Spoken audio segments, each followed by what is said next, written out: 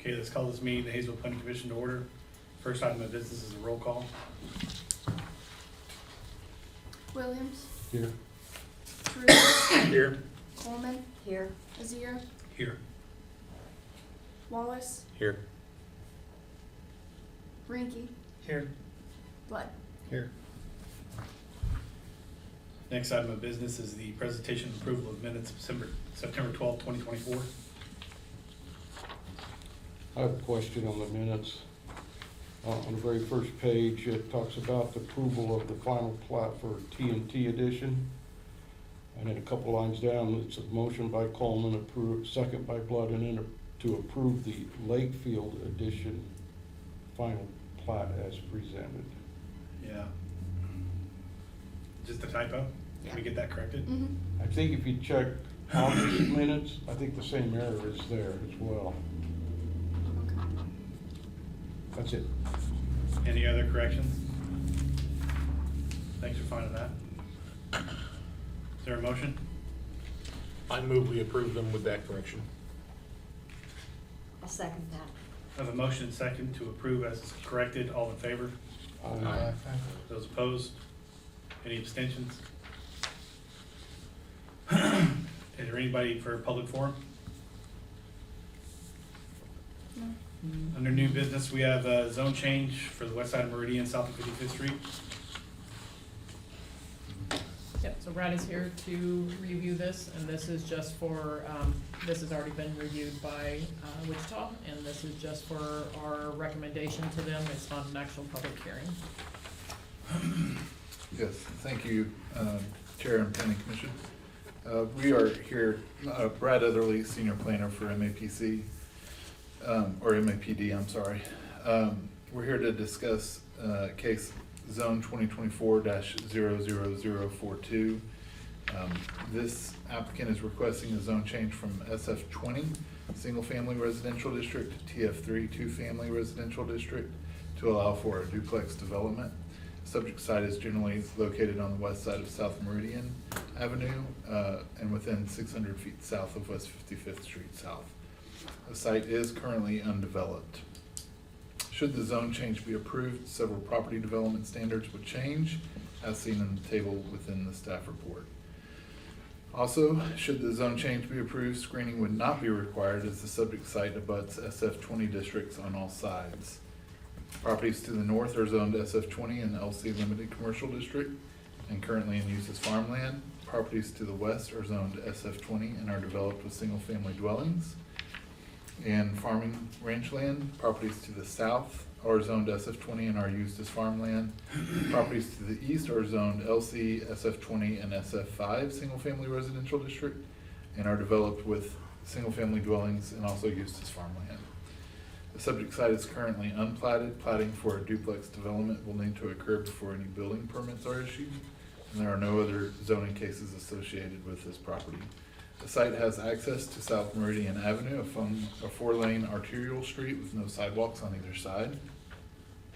City of Wichita water and sewer mains are located approximately 600 feet away from the northeast corner of the subject site in the intersection of South Meridian Avenue and West 55th Street South. It is anticipated that the water and sewer mains would need to be extended in order to serve the site. Reason we're here Sorry. today, oh, go ahead. Just real quick before you move on. Yeah. You're getting water and sewer from the city of Wichita in Meridian, but there is sidewalk on the east side of the street, right? I would have to, I'm asking the room, There is sidewalk on the east side. but not Yes, the west. correct. Okay. okay, I apologize about Sorry. that. Not that it's gonna affect you in any way, but just so you're correct. No, that's fine. So the reason we're here today is because the 2035 Community Investments Plan Future Growth Concept Map identifies the area to be appropriate for small city urban growth area. And so that means that the city of Haysville, it is within the Haysville urban growth area. And staff did review that Haysville comprehensive plan to identify the proposed future land use of the subject site. The attached 2022 Haysville Future Community Growth Patterns Map from the City of Haysville identifies the site as appropriate for neighborhood mixed use. The Haysville The Haysville Planning Department defines neighborhood mixed use as a mix of residential types and small-scale commercial and institutional uses that are typically meant to serve the needs of the surrounding neighborhood, but does not include drive-through businesses like banks, restaurants, or car washes. Staff believes that the proposed duplex development at this location would fit the description of neighborhood mixed use. So based off of the information available, staff does recommend approval of the request, and this is based off the golden rules. We have not heard any comments from any of the public. And then if you would want me to go through any of the pictures, I can, but they're there for you to see as well at the end of the report. And I can stand for any questions. Any questions for the applicant?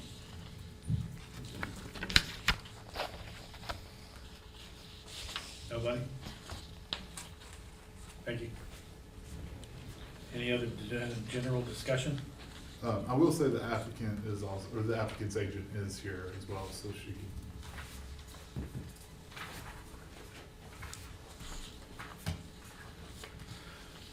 So this is being served by Wichita for both water and sewer and is in our area of influence. So coming to us is a courtesy, but any thoughts are welcome.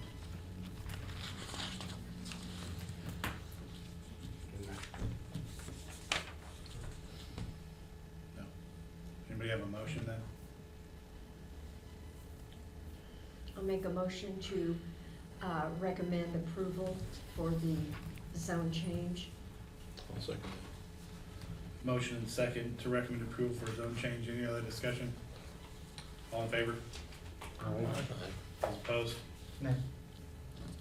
Thank you.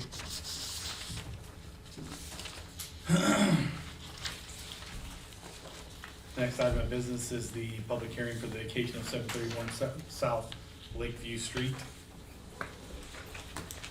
Thank you. Thank you.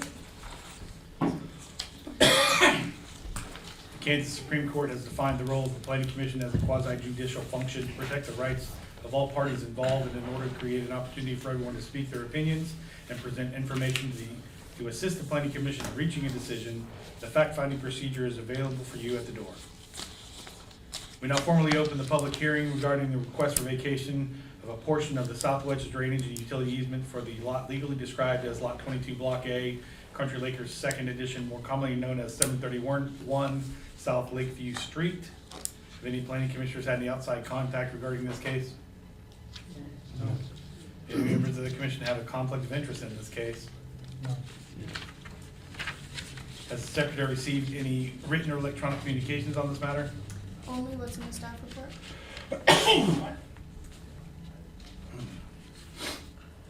Will you present the staff report?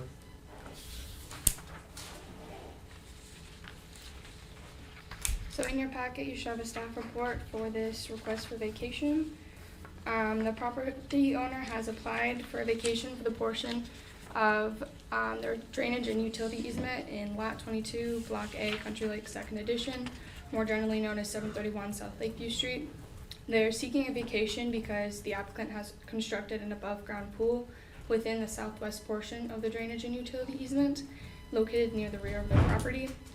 Sedgwick County GIS had the easement labeled incorrectly prior to installation and approval, so vacating the portion of this easement would allow the pool to remain in its current location.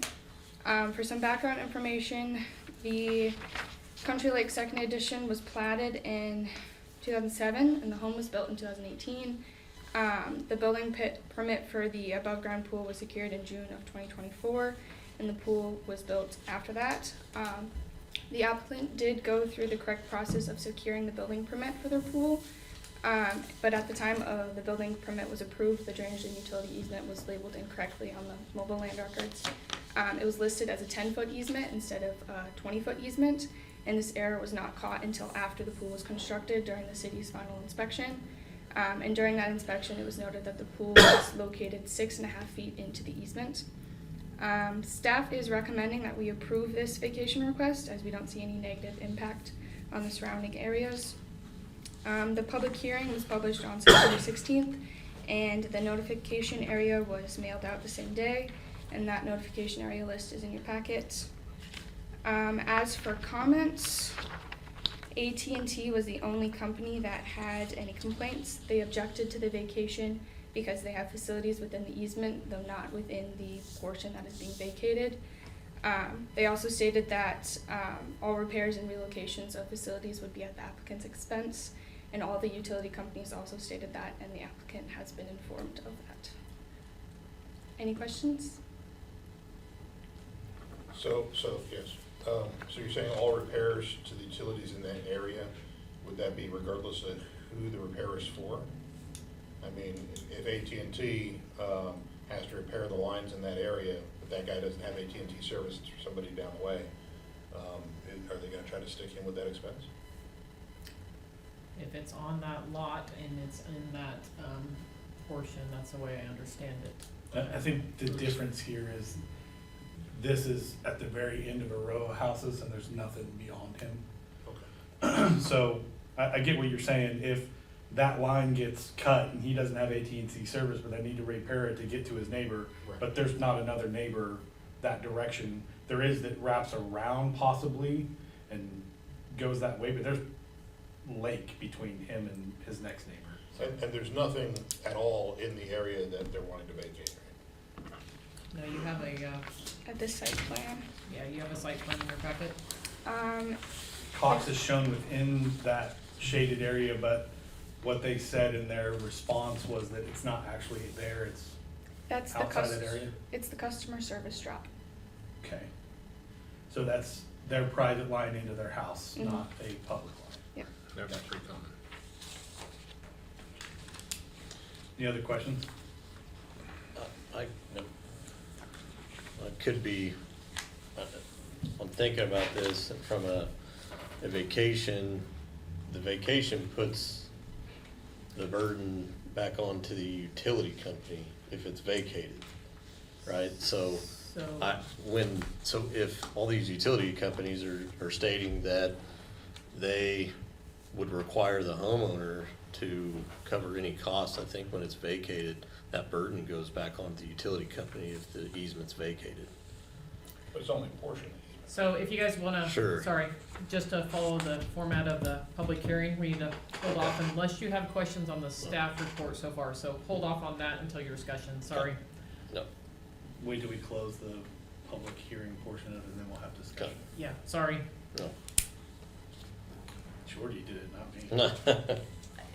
Is the applicant here, and do you want to present? There's nothing that I need to say. If we have questions for you, we'll call you up. Are there any questions for the applicant?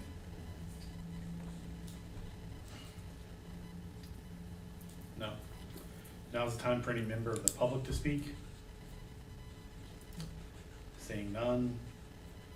No need for a rebuttal.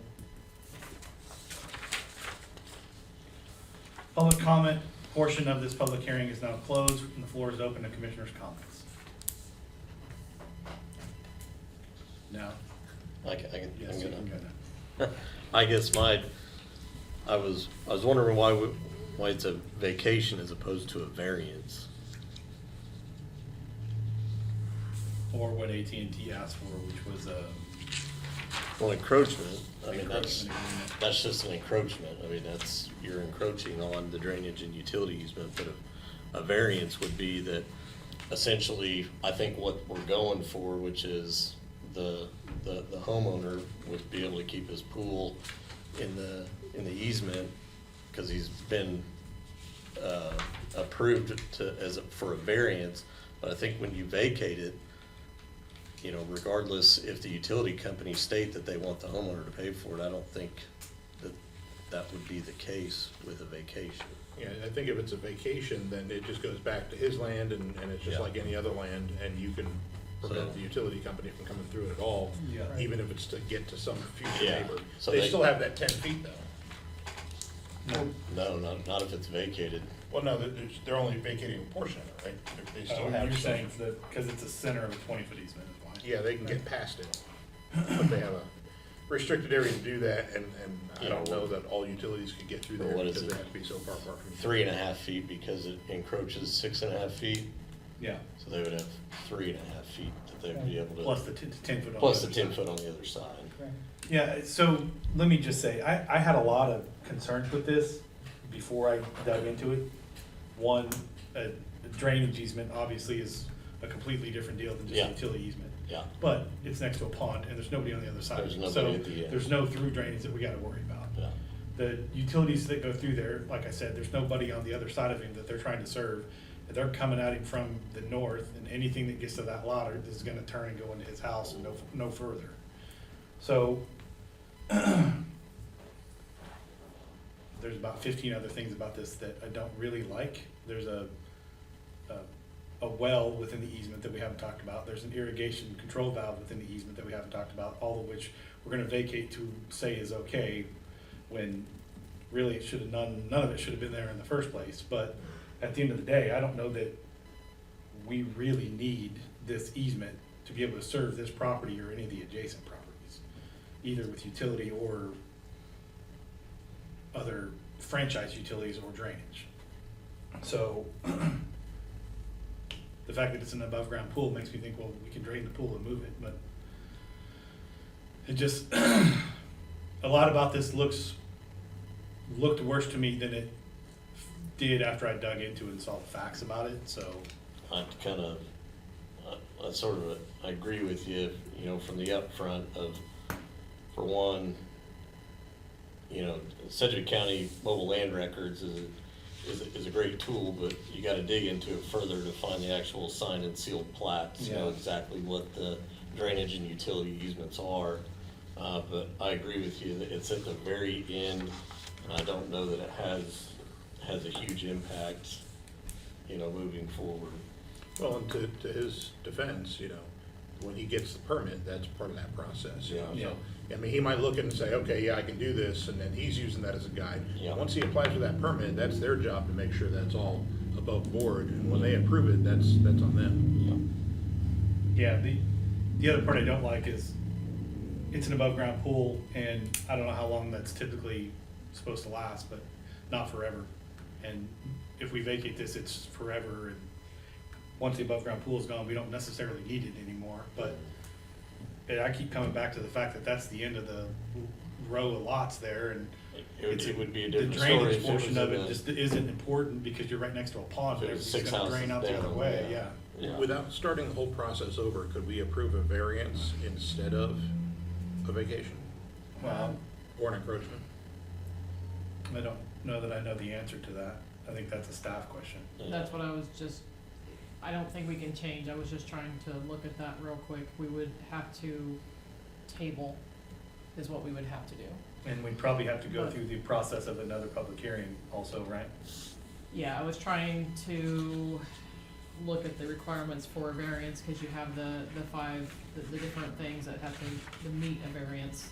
So that's why I was like, I don't know if it would meet the necessarily requirements for a variance. For variance. So, Or encroachment. I would have to check the legality for what you had mentioned on the encroachment. We had this reviewed for amongst, city staff in different discussions, but that never came up. In the past, in all our vacations, when utility companies respond back, that is their standard language in there about anything that comes up is at their expense. So that is always what comes back from them, is that standard language. So I would have to check on that, and I can do that if that's something you guys want to do, if we wanna table this for the next meeting and bring it back. We're not in any rush. We gave him, exception for Yeah. that this is going on, so. It just, I agree with Tim to where if we vacate it, that's permanent, whereas, you're given a variance if, the homeowner leaves and takes the pool with him, then, Still there, yeah. Yeah, variance or encroachment is the best way to future-proof it, I think. yeah. But, But you again, have it's at those the end. requirements that you have to meet for Yeah. a variance, and that, I Yeah. haven't looked at them and just trying to think of that real quick, so you have those, it has to be one of those things to meet the variance, and I would have to look at that, so. Mhm. But yes, Tim's right, if it did switch, we would have to redo the public hearing for that process and And, everything. and I'm fine going through that process, if that's what we ultimately need to do. I think that the real question for me is, I mean, with vacating, I mean, where it's located. Yeah, the that's, utilities does it are there. ultimately really matter? Yeah. exactly, it's at the end of the block or end of the I housing think if he was mid-block and this affected the people around Multiple, him, yes. or the drainage easement was something that needed to flow through and we needed to maintain a swale for future whatever, but being right next to the pond, that's not an issue.